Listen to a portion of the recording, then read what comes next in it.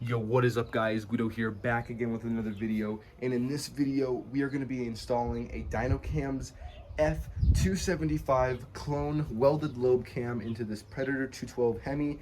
Stage 2 kit pretty much. It's got a billet flywheel, billet rod.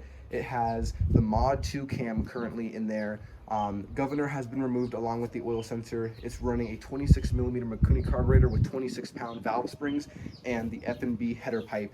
Now we're going to be just installing this. I will show you guys the installation of it and also just a little write out just to see if it can yield us some more performance. We are also going to be installing a upgraded head on this, a non-Hemi head.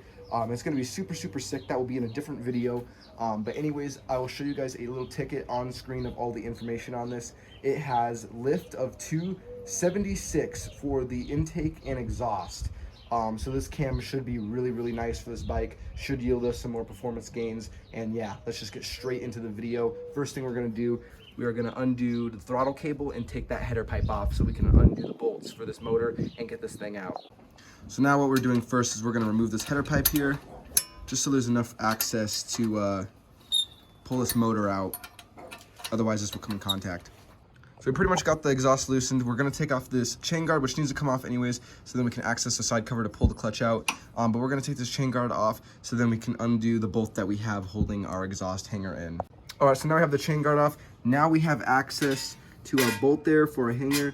Then this exhaust can come out. And then what we're going to do is undo our chain tensioner so then we can get this chain off of this clutch and then take the clutch off. Alright, so I just busted the nut loose for the chain tensioner. So now this whole assembly here can come out. Just like this. So now the chain has enough slackness, so then when I unloosen the bolt for the clutch right here, the chain can come off easily. So now I'm just gonna go ahead and remove this bolt that holds on the clutch with my impact driver. Just like that. And now my clutch can easily come off because the chain's loose. All right, so I just undid the little top hat for the carburetor. Now I'm just pulling the slide out. So now the throttle cable is free from the motor. So now this can come out freely. All right, so this vent tube for our pulse pump that goes into our catch can, we just slid this off because this is mounted onto the bike and this is going into the motor, so this needs to come off. And we just undid our vent pipe for the catch can that goes to the overhead valve, so our excess oil goes and catches into here. This needed to come off in order to pull the motor off. All right, so all of the other 3 engine bolts and nuts are all undone. Now I'm just undoing the last one right here, and it uses a 13mm bolt and then a 13mm nut is the size that we used. So I'm just gonna unbolt this and then the motor should be able to slide out super easily. All right, so all the bolts are off. Now the motor can freely come out of the bike here.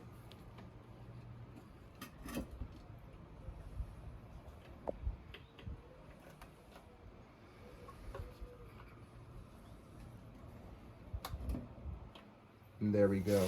And while it's off, we're of course going to clean and paint and do some touch-up spots on the frame of where the motor sits and just the oil and stuff that gets trapped underneath when you're doing oil changes. All right, now as many would say, here comes the fun part of disassembling the whole entire motor to get this new cam in. So pretty much what I'm going to do first is I'm just going to start by draining the oil, get all the oil out of this thing before I just take the side cover off. And then once I get that oil drained, then I can start working on the bolts holding in our ARC billet side cover on.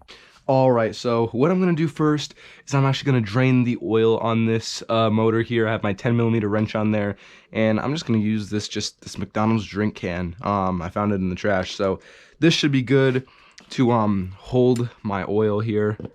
All right, so I just broke it loose with my wrench there. I'm gonna have my cup under here. And I'm just going to undo this drain plug so I can undo this oil here and then take off the side cover.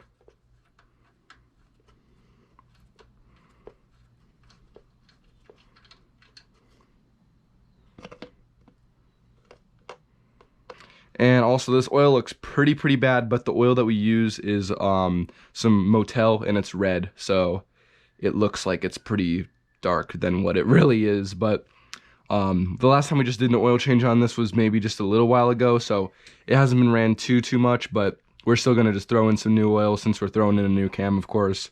So we're just going to let this thing drain.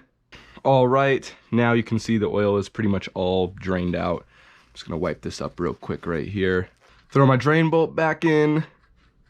All right, and then to tighten it, we're just gonna do it just pretty much just kind of snug. You don't want to tighten this thing too much because obviously you don't want to strip it, but just where it's kind of snug because you don't want this thing to leak either.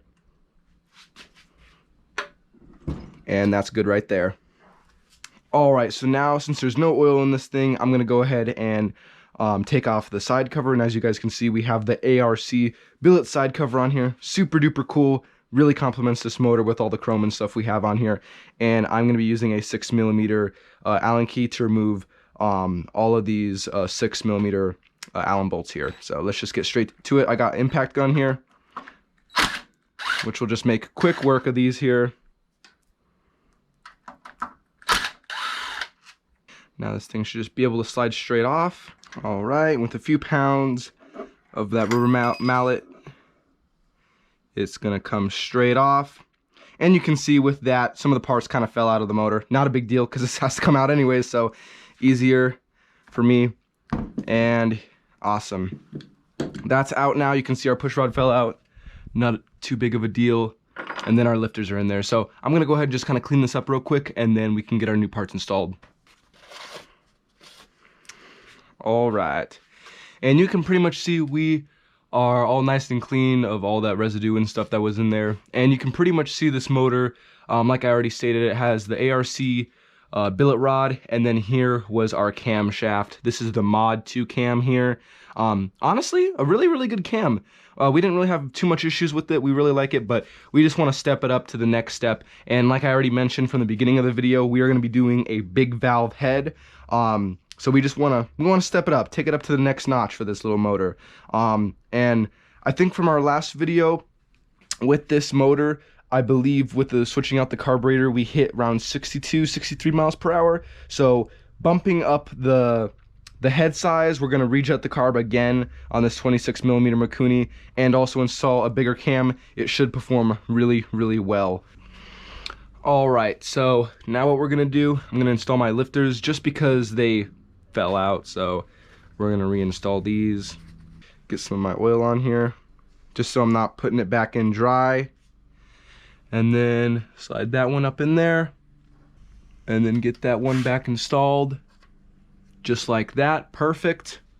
All right, and then like I said, here was our old Mod 2 cam. You can actually see the lobes are pretty good. There's a lot of duration, but there's not a lot of lift on this cam. And as you can see, this is the F-275 cam. So I'm trying to get this in the good lighting for you guys. You can see there is way more lift on this F-275 cam. It's definitely way more aggressive than this Mod 2 cam is going to be. But you can definitely see the increase in lift on those lobes for this F-275 cam. Not as much duration, but the lift is really what's going to help out on this big valve head right here. So that's pretty much the difference from this cam, Mod 2 cam, and then the F-275 cam. So now what I'm going to do, I'm going to get this thing lubed up and get it installed. Alright, so here, like I said, is the F-275 cam we're going to be installing. I'm just going to get a little bit of lube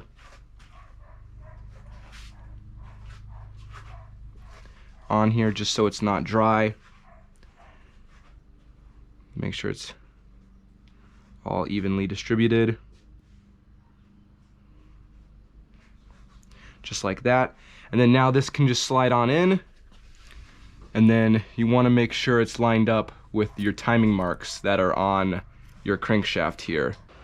Alright, and you can see the timing mark is right there, and then on this cam you can see that little indentation is where it needs to pretty much line up.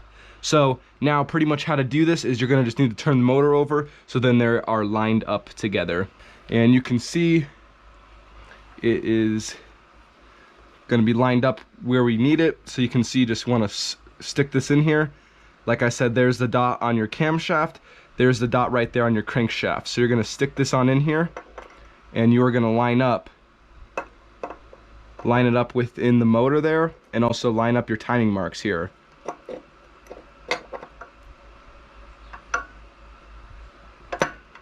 So you can see that's one off there. Put it down just one more. And now you can see that this crankshaft here and this camshaft are 100% lined up there. So that's perfect. That's all installed. These are our shims here for our billet side cover. So we're just gonna slide these on back over.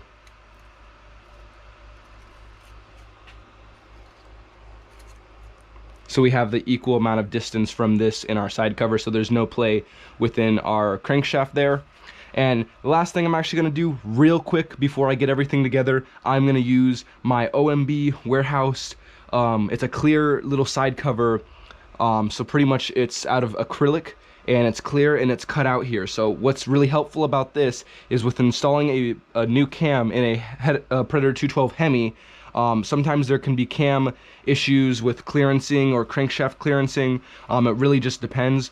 So I'm gonna go ahead and throw that on here, tighten it up so that I'm able to see if there's any clearancing issues within our cam and our crankshaft or our rod, if it makes contact anywhere. So I'm gonna throw that on real quick and make sure, because we want to be 100% sure on something like this. You don't want to reinstall everything, put your side cover back on, and then get in your motor, start raving on it, and then have something be hitting in the motor. That's just not good. So I'm gonna go ahead and check that right now. All right, and here's the part that I was telling you about. You can see it's made out of acrylic, so it's see-through, and also too it's cut, so you can really see all in between there of if anything's contacting or hitting or rubbing or anything. So I'm just gonna slide this on over, and you can see there isn't any clearancing issues with the rod here.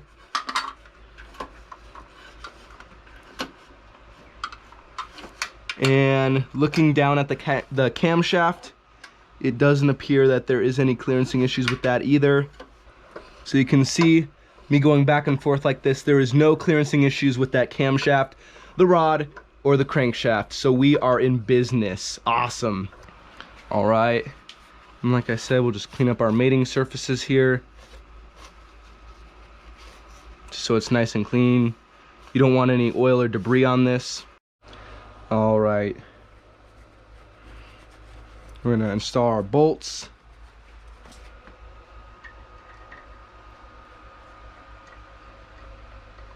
All right, now we can just go and snug down our bolts and make sure this side cover gets fully seated on properly.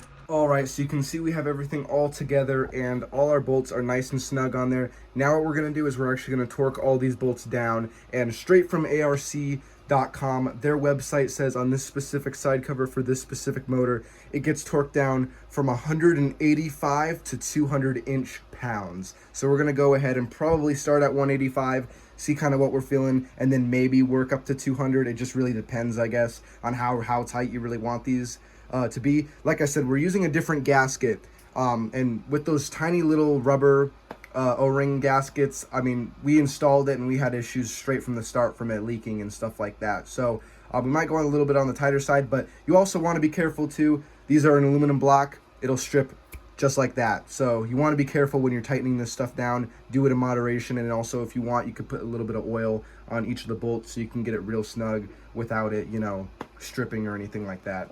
All right, so now what we're gonna do, I'm gonna go ahead and torque down all 6 of these 6mm Allen bolts here with my 1/4 inch torque wrench here. I have it set to 185 inch-pounds, and we are gonna just start doing it in a star pattern and get these all torqued. All right, so I just went and pretty much torqued all of them down just to show you guys. I have it set on 185, and right there, that's 185. I'm gonna just do it all the way around. You wanna make sure this is seated evenly on there because you don't wanna have any leaks on here.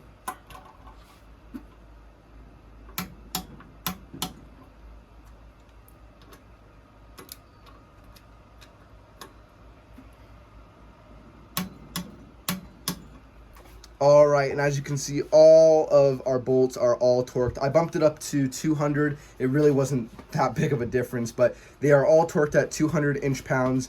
And yeah, it should be nice and sealed and ready to go. We're gonna go ahead and put some oil in this thing.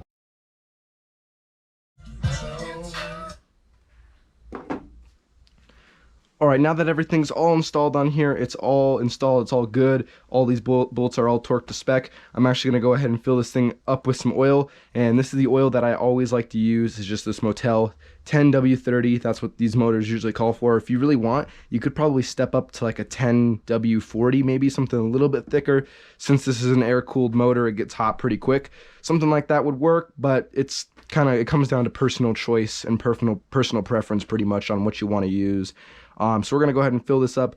What's real nice about this ARC billet side cover, you can pretty much just fill it up as much as you want, and then it'll start leaking out of the first hole once it's pretty much full. What I usually like to go by is with these, fill it up from this top one, and then once you start to see it come up on the threads right there, or just start to just kind of leak out a little bit, that's how you know it's full. So this is pretty much what was left over from putting the oil into this motor. So this is, I think, pretty close to half a quart or something like that. All right, and that was pretty much a little bit over half a quart. We already used this oil previously from before, so when it's full, it's all the way up there. And it was a little bit above the 16. I'd probably say about 500 milligrams, probably around there. And you can see that it is right up on those threads, exactly where you want it to be. You don't want to overfill this, and you also don't want to have, not enough oil in here. And you can see on this work stand, it's completely level, which is perfect. And that's the exact oil level we need right there. All right, and with that, we are completely done with installing the cam on this thing. Has oil in it. It is ready to go. Now you just got to put on your exhaust, your throttle cable, and your carburetor and stuff like that, and also throw your spark plug back in. We're gonna go ahead and just throw a new one in here off camera. The reason why I did that, just so you can turn the motor over easily and you can really listen and hear if it is making contact anywhere. You may have to measured and kind of filed down a little bit on your crankshaft, which is what we had to do in the beginning with this motor, but just upgrading to this different camshaft. Thankfully, we didn't have to do anything like that. But what we were running in here, like I said before, was the Mod 2 cam. Really good cam, no issues with it. Pretty decent power from the bottom and to the top. But like I said, there's not too much lift on the Mod 2 cam, like this F-275 cam. There's quite a bit of lift, as you guys saw in the beginning, and this should be pretty aggressive and perfect for what we're doing. You can kind of see off screen here what we got planned for this big valve head, 31 and 28 millimeter valves. So that should be pretty cool. And then also too, like I said, with this cam, and we're going to rejet that carburetor, this thing should be a monster on my dad's bike. So with that, I hope you guys enjoyed. Make sure you guys comment, like, and subscribe. Peace.